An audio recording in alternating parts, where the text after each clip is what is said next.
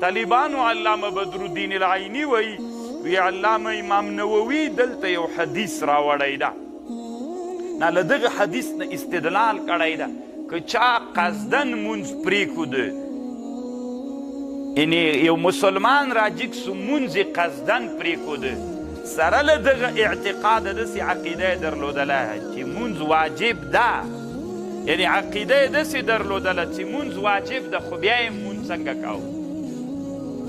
نه یې کو، قصدن یې پرېښود. نو امام نووي وایي له ده سره قتل واجب ده. څوک ورسره واجب ده؟ قتل ورسره واجب ده. له دې حدیث نه معلومیږي. او علامه بدرالدین العیني وایي امام نووي چې کومه خبر کړې دا صحیح نه ده، ځکه یو قتل ده یو مقاتله ده. طالبانو حدیث کې د مقاتلې خبره جایز سوې ده. مقاتله ده معنا چې له دوی سره قتال روا ده، قتل دا معنا چې دی ووژني، دواړه فرق لري. طالبانو د مقاتلې اجازه سوې ده، قتل اجازه نه ده سوې. امام نووي چې دلته کومه خبر کړې دا صحیح خبر نه ده یو. او بله خبر چې امام نووي کړې ده دا خو رد پې باندې وکړه، ځکه دلته مقاتله جایز ده، قتل نه ده جایز.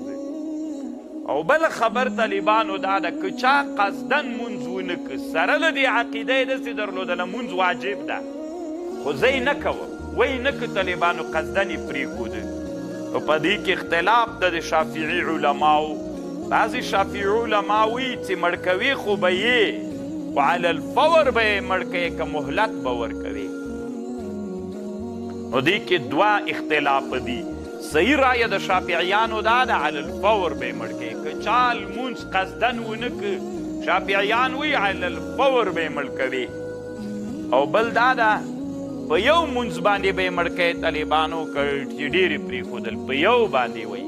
شافعیان وایي کله هغه وخت چې د مانځه وخت د هغه وجوبي وخت هغه تیر سو د مونځونه که بس په یو وخت یې مړ کولی سي، او په توره به یې مړ کوې. او شافعیان وایي دا مقتول د حدن.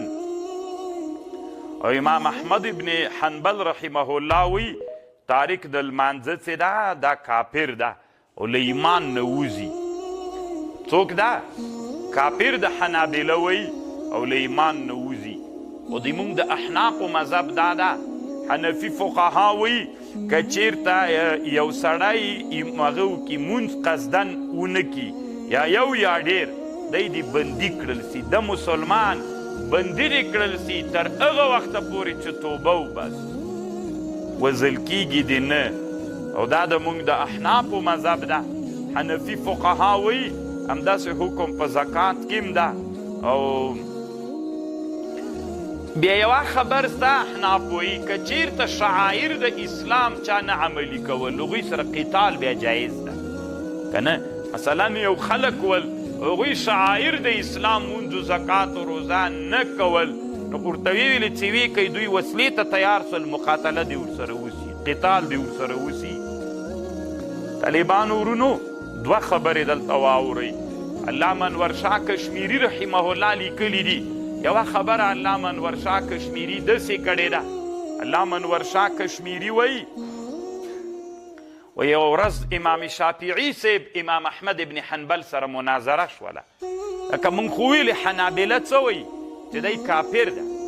امام احمد ابن حنبل او د امام شافعي خپل منځ کې مناظره شوله.